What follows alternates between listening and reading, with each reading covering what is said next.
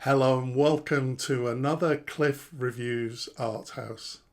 This time I'm going to give an overview of all 5 Mad Max films, all directed by George Miller. So I had never seen any of the Mad Max films. I remember each one of them being released, but I never had any compulsion to go and see one. Of course, I've seen many clips, and to be honest, I never liked the look of it. That kind of punk, circus character aesthetic, this kind of eccentricity was really off-putting for me. I just always thought this is not my type of film at all. Armies of these strange vehicles driving across the desert. I always imagined that this film was just not for me. But I made a decision that I was going to go and see Furiosa, a Mad Max Saga, the latest film. I do love seeing the big films on the big screens and the big sound system in Leicester Square in London. And I figured even if I don't like it, I will enjoy the audio visual spectacle. So I started with the original Mad Max film. And okay, right from the beginning, it was not what I expected. The opening music was kind of edgy and anarchistic, and it really took me by surprise. This is a low budget B movie, but done really knowingly, and it really works. I wrongly thought all of the Mad Max movies were Hollywood blockbusters. This is like a cheap indie film from the 70s. It reminded me somewhat of the first Terminator film, and it also reminded me of Tarantino's Death Proof. It somehow even made me think of Power Rangers, the slightly bizarre way that the characters related to each other. At times it was really stupid, but in an interesting way. It's eccentric, it's weird, it's badly acted. There's an array of S&M fancy dress costumes. Tonally, it's all over the place. First and foremost, it's an action movie with some elements of horror. The scenes with Max's wife seem a bit at odds with the rest of the film. They're sentimental and they have romantic music. I found these scenes a bit strange in the context of the whole film. But overall, this film definitely deserves its cult classic status. I have the feeling that the objective was to create as many stunts with the cars, motorbikes and people flying through the air, to do this in a really cheap way and then make the rest of the film around it. And they really did this in an original and innovative way.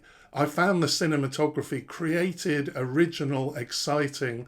I do recommend this if you're interested in indie cinema. So next I jumped to the 4th film in the series, the Mad Max Fury Road film, the last release before Furiosa. I figured I didn't have enough time to watch all the films, and obviously this one felt important because it directly leads into Furiosa. Wow, I wasn't ready for this. This is a full-on attack of the senses. I watched it on a big TV, but with really good headphones and surround sound. This is an audio-visual experience. High-octane clanking of machinery, the smell and feel of oil, the bass of the roar of these massive engines just again and again. Like the first Mad Max, the emphasis is on the vehicular action, but this time it's ramped up to 300%. It's relentless. It would be too much for some people, but I absolutely loved it. I love the music as well, and the action is just breathtaking, yet kind of beautifully choreographed, almost like dance. There's one amazing shot where the camera is going backwards along a road through a convoy of cars, all screeching to a halt. It's beautifully choreographed. While this is much more of a Hollywood film than the indie B-movie style Mad Max 1, you can see the lineage, and I love that. It's still eccentric, it's still strange, it's still punk, it's still anarchistic, it's still theatrical. I love the electric guitarist and the drummers in the war convoy. This is just mad, but a delicious touch. There are no other films like it. Miller's created something really original here.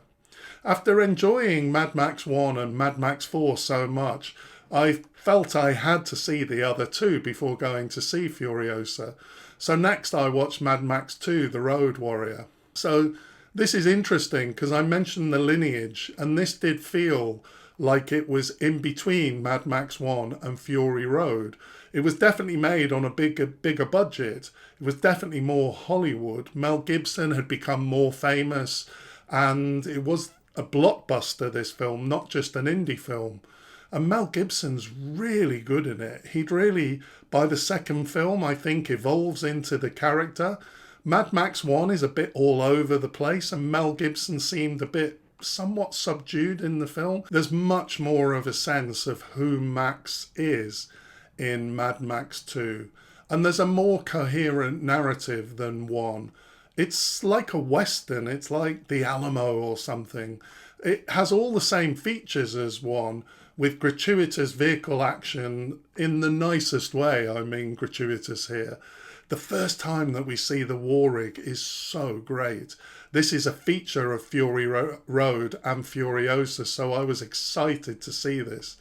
This film is theatrical, it's eccentric, the circus-like characters are there.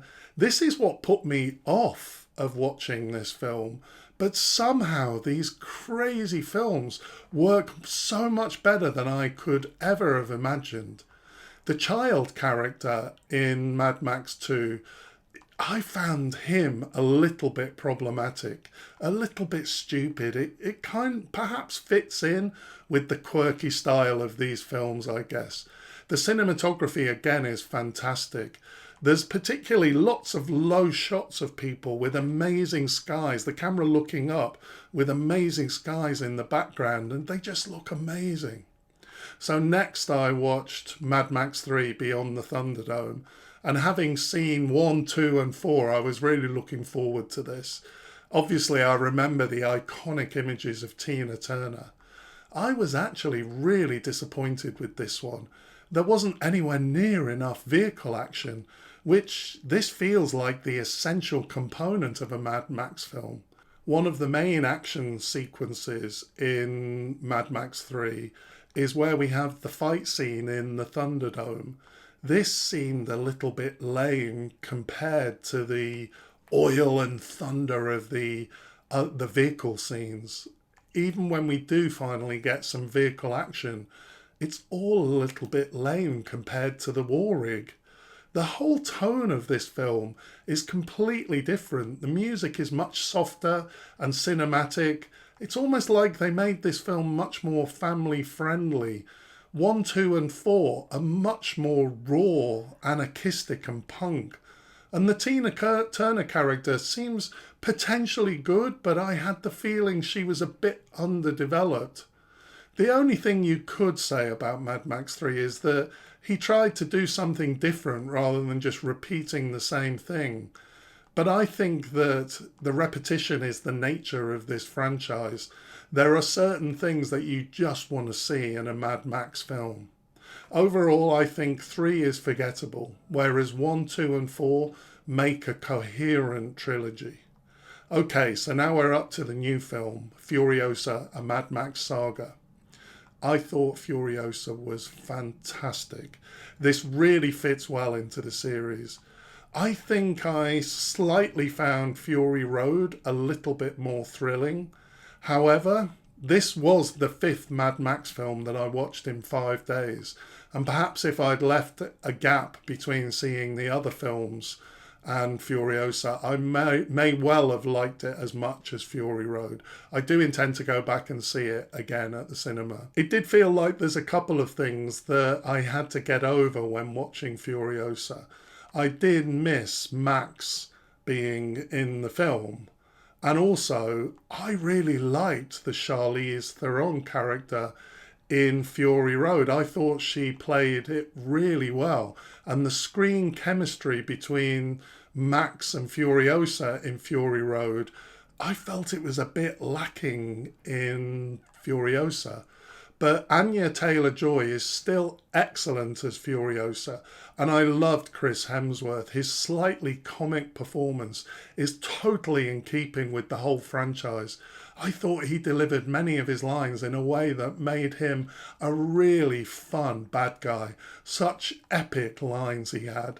I think in terms of the action, it is very similar to Fury Road, so it's impossible not to like it. And the music is just fantastic. Again, a real audiovisual experience.